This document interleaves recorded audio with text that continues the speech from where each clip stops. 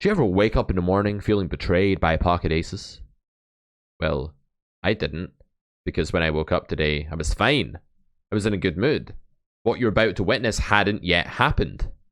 Then, I fired up a 200 Zoom session, began recording this video, still in a good mood, got pocket aces against a recreational player, 4-bet, got called, got it in on the flop, and then lost to a really absurd hand. You're about to witness all of the horror and pain of this hand. But truth be told, this doesn't really bother me. When I play badly, punt off stacks, just underperform, that bothers me a hell of a lot more. And in this session, we performed pretty well. We were thinking clearly.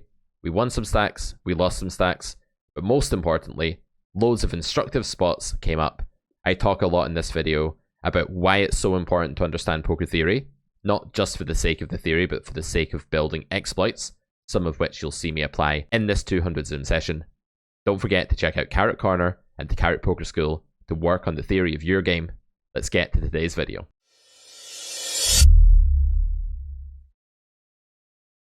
Alright guys, going to be doing a two-tabling session here at 200 Zoom. I took your feedback on board from the last video where we four-tabled. A lot of you found this a little bit too overwhelming. Today we just have the good old yellow table, red table, two tables set up. Start things off against a recreational player with aces. I'm going to go for a larger than normal 4-bet here. Reason being, recreational players are really inelastic to sizing, so this sizing is going to perform really nicely, unlikely to cause any change in their range.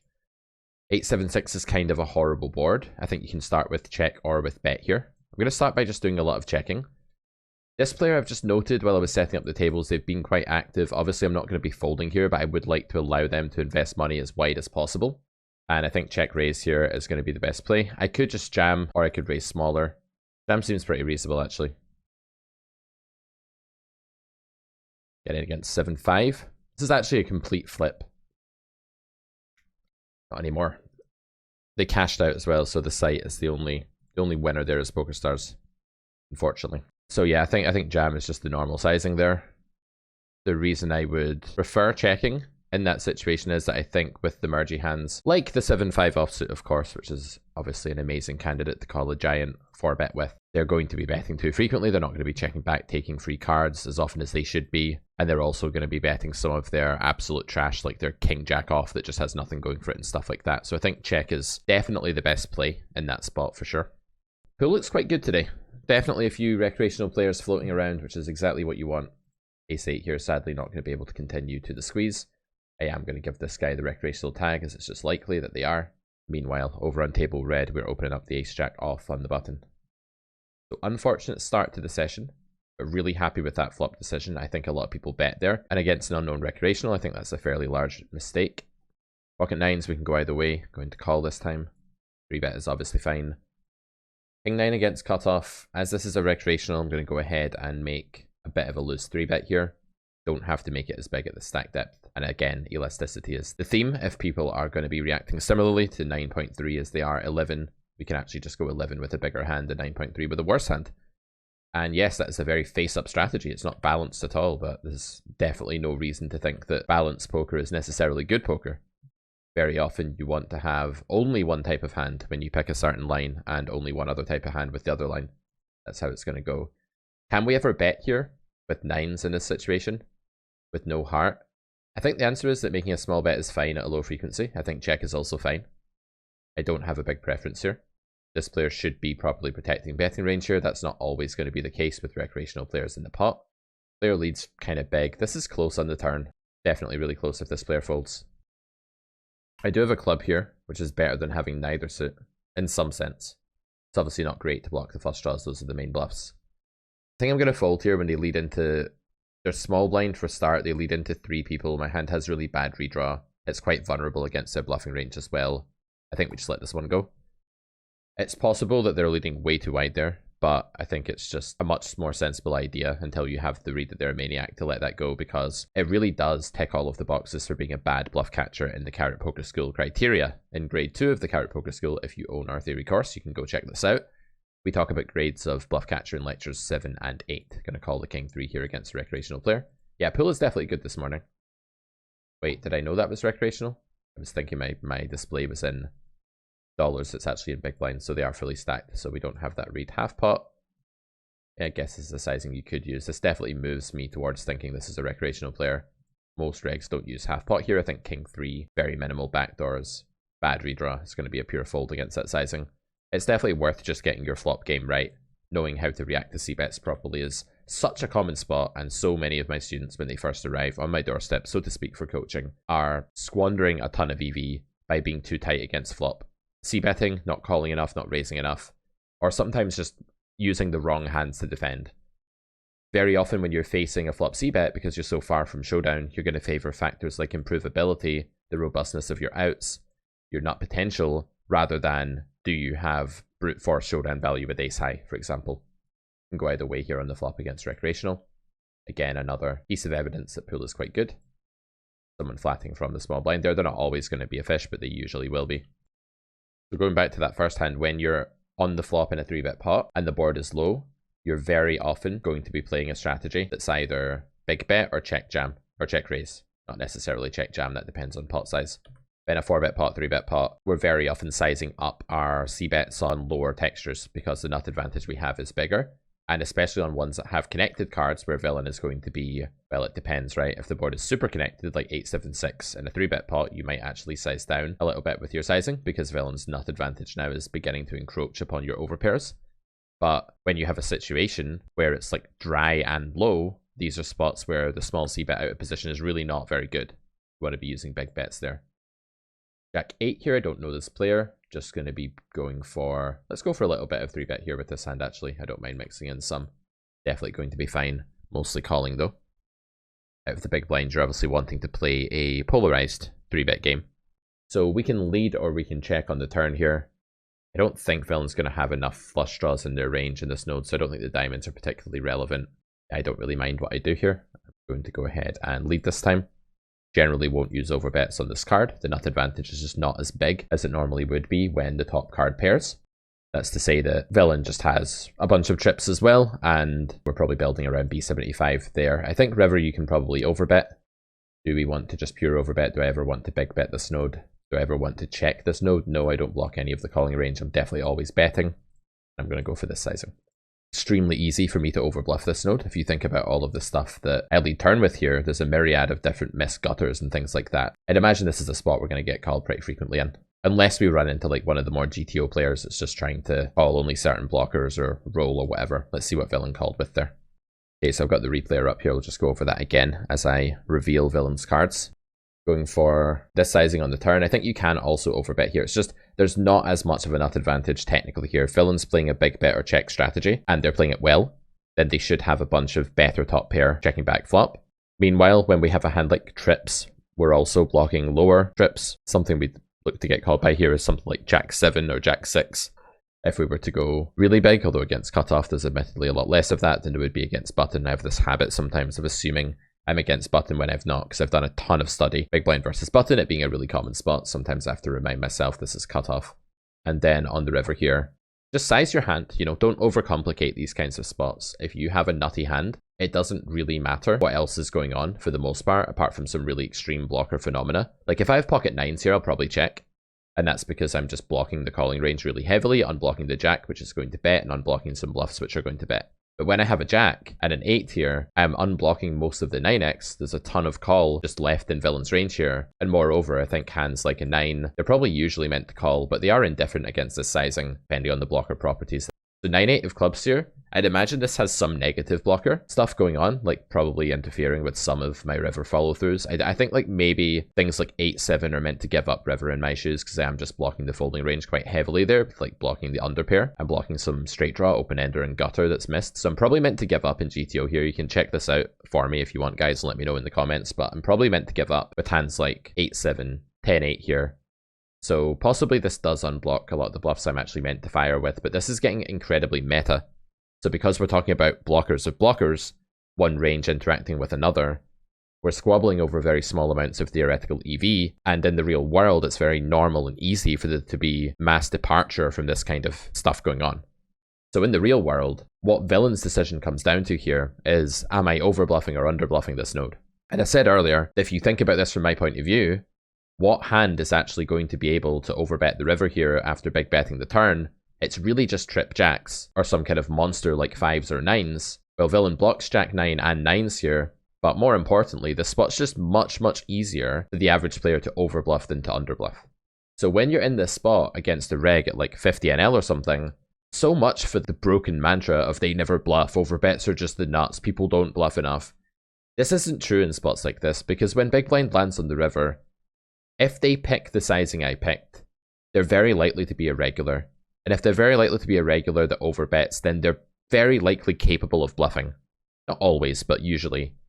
And it's just too easy to overbluff here. It's way too easy to overshoot the mark than it is to end up underbluffing this spot, because even though I'm betting more than pot, we have to understand that only about 37% of my range is allowed to be a bluff here, and I just don't have that many value combinations.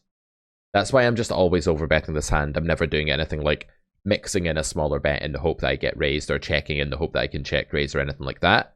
I think the river will be over-defended if I overbet, and so I just want to always overbet. That's probably the right strategy in theory anyway, but I think it's the bigger swing in practice towards this being the best play.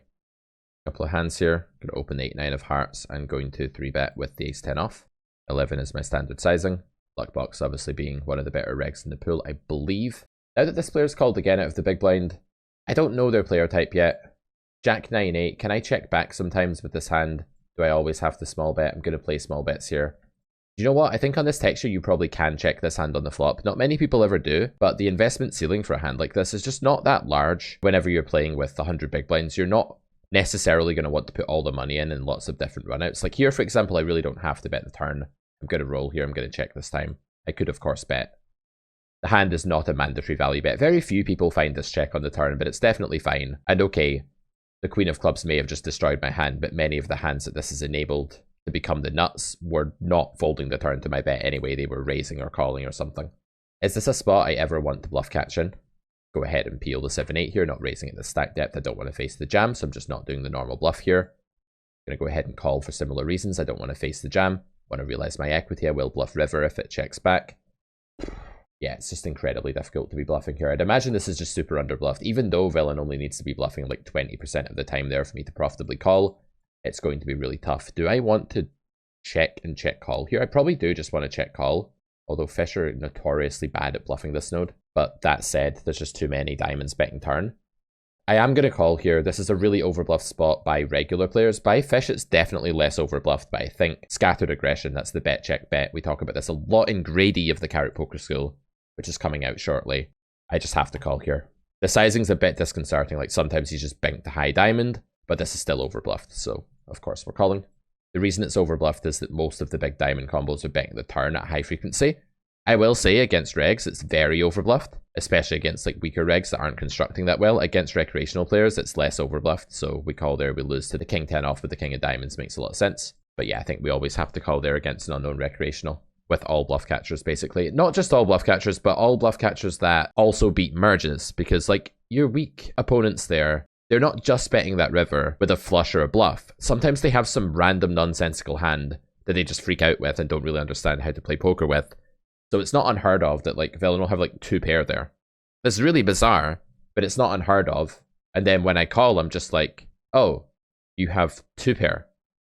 Well, it's a good thing that I had a straight and not top pair then. So even though a straight and top pair should actually have similar bluff catcher properties, it's just going to be a blocker thing. I'm beginning to think this might be a recreational player. He's playing a lot of hands. I don't know though. It's still early days. I can do some big bet with this hand. I can do some check as well. Fairly nice turn. I can do some big bet on turn. I can do some check. It doesn't really matter. Not going to build any other sizing. You could build an overbet here as well, actually, for like ace king or ace 9 or something like that. You could play overbet and big bet on this node for sure. Your value region is really going to determine what sizes you use. I am going to bet this time, but of course I don't have to. This is what we call an optional value bet in grade 1 lecture 2 of the Carrot Poker School. One of my favorite things about the Carrot Poker School is that in the first grade, in lectures 2 and 3, we actually learn about essentiality. And what by that I mean, we learn when is it essential to bluff or essential to value bet, i.e. a big mistake not to, and when is it merely optional. And when you understand the baseline in that regard, it really frees you up to think about a lot of other stuff like exploitative factors. For example, in that hand, once I understand that the base EV of checking and betting are the same with the ace 8 on the turn because it's an optional value betting spot when I turn the top pair, not mandatory, not unless I have a bigger top pair, then I can start using exploitative considerations really freely. So I can say, well, this guy's been really aggressive, so I'm just going to check back. Or this guy's been really stationary, so I'm going to bet. There I just rolled because it was early days. I didn't have much of a read. I've just seen him make one river call. But yeah, in principle, I could have had a better idea of what to do. These are both regs. This hand is not great, but I think getting 6-1 or whatever, it's going to be a fine peel. Pocket 7s against a recreational player, I just always want to go ahead and 3-bet this. I am going to take the edge off my sizing here. Just with range in general, I have 3 strong players to act after me who are all going to do a decent job of 4-betting properly. So just going to be careful there. And this is what I was talking about. On these kind of low boards, your nut advantage is such that using big bets is just going to be preferable. Is this really overfolded if I big bet compared to small bet? I don't think so. I think both sizes will be under raised and slightly overfolded. But I'm still going to just always bet 7s. Going to bet 60% pot here. Jack 10, this is not a board that I hit enough nutted stuff to start leading. I could be leading on boards like 6-5-5 or 7-6-3 or something, but I'm not going to lead on 5-deuce-deuce. On the turn here, I probably can bet a hand like this sometimes, but it's going to be really low frequency. Just with the diamond, it helps. It gets me more fold equity. You want to block flush draws on this node because they're not folding. I just fast fold this, obviously. So yeah, people get quite confused about how blockers function on the turn. When you're aggressing the turn by betting, you want to remove flush draws because 1, that means that you can hit a pair on the river without the flush coming in because you have that card. And secondly, it just means that you block your opponent's continuance range because usually people call you or raise you with a flush draw on the turn. They don't fold. If the flush draw bricks and you're on the river and you want to bluff there, then it's best not to have it because you want to unblock the missed draw that's folding. So it's good to understand the difference between those things. But yeah, this game looks really beatable right now. 200 Zoom on stars is the kind of game that sometimes it's totally shit. Like you just have loads of people like Big Stealer. Loads of people like Big Stealer over here, or Luckbox over here, or Belgian Beer. Players that are playing fairly solidly and well. I just roll a little bit of 3-bet here with the Ace-Jack, and this is one of the times that we're going to do it. Hopefully I didn't time bank for too long there. Looks like Big Stealer didn't read into it. In any case, people usually aren't noticing that kind of thing. And then other times this pool is just great because like 11 fish join and there's only like 30 people in the pool. So you really do need to be selective about when you play a game like 200 Zoom. Playing this game when it's bad is really not advised. There are better games that you can play. You should be table selecting and site selecting to some extent. It's a decent idea to have a roll on different sites if you're playing stakes like this, because the games will be very variable. King 4, this is the kind of hand that in practice you just flat blind versus blind, building more of a polarized 3-bet range. You could play small raise here. I don't like it against fish because they reopen the action with hands that I'd like to just realize all of my equity against, for example, pocket aces. So I do prefer just calling here. Without the backdoor, this hand is a pure call in GTO anyway, but if I had like King 6 of spades, I could raise the flop small there without EV loss. When they check, they're going to be underprotected. So while this is a mix in game theory, I'm actually going to just defer to a pure bet strategy here and always bet river as well. The idea being that they're going to have too many combos of 7x, 3x, 6s, 8s, 10s, check calling turn. So even though your solver will say check back or bet, I really do think bet is better. I think it's good to be greedy in that node. So it's important to understand that the reason you need a course like the Carrot Poker School, the reason you want to understand theory, is that it absolutely opens the gateway for you to exploit.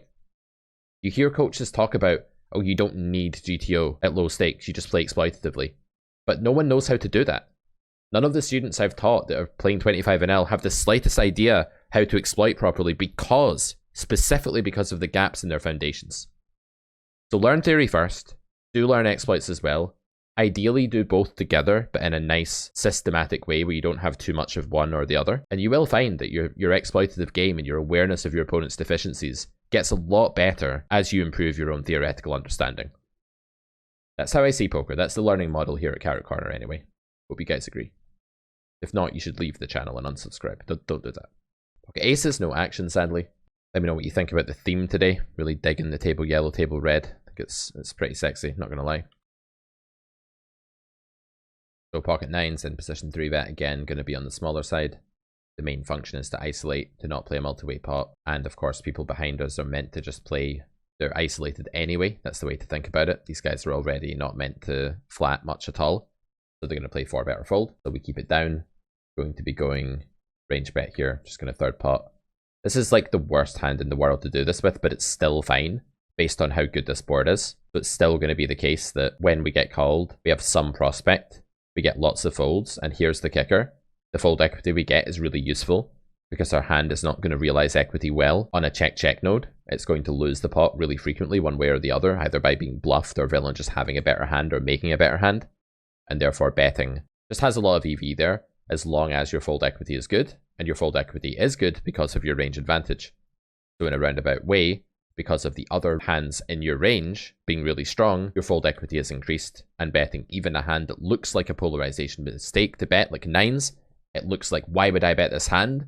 Where when I'm called, I'm usually in bad shape, and when villain folds, I had the best hand, because the fold equity is useful, and the branch where you try to realize your equity by checking is not that good, and you get a lot of fold equity based on the strength of the rest of your range. That's why you can bet nines. You can't bet nines in any situation on any board. Like here, if I had pocket nines as small blind, yeah, you could bet. As big blind, you could probably bet small, but it's not as clear. Your range isn't doing as well here as big blind. So you can't just like range bet this node, right? You can't just bet all of your range when check to here, because Josh is meant to be protecting his range. Is Josh protecting his range? Probably not that well, but he's meant to be. Josh looks a little bit crazy from the stats so far. He's 34-26. That said, I'm just going to continue to play normally here. I don't have a big preference about whether betting is better than checking. I will mix this hand, and I'm going to use big bets on ace-high boards when I am float betting. This is grade 1 lecture 8 of the Carrot Poker School. How to construct your sizing schemes. And we look at float betting a lot in that lecture, and we talk about how when we're building around a top pair like ace-x, we're just going to use big sizing as the float better. That's the person that's stabbing who's been checked to by the pre-flop aggressor. You can check that one out in grade 1 lecture 8 on float betting and bet sizing. Every topic is covered in the Carrot Poker School, guys. Basically a complete comprehensive roadmap to the theory of the game. That's all you need. You don't need any other course once you get the Carrot Poker School for theory. Nothing else. Made sure of that when I was recording it just over a year ago now. Also, a thing to add about the Carrot Poker School is it will be relevant forever. It will never expire because it's based on the nuts and bolts of poker theory. It's based on true objective fact. It's not based on trends or fads. It's not going to go out of popularity or become irrelevant or anything like that. Queen Jack 8 is a fairly good board for range. We can do a bit of small betting with this hand. We can also check. I'm going to small bet this time. I don't think we have to bet range with the inclusion of the 8 here. We obviously would on something like Queen Jack 4 or King Jack 4. We could just bet range as a simplification. 8-7-5, going to be just checking back pure with this combo. Turn is interesting, seem to be playing a million pots against this particular opponent.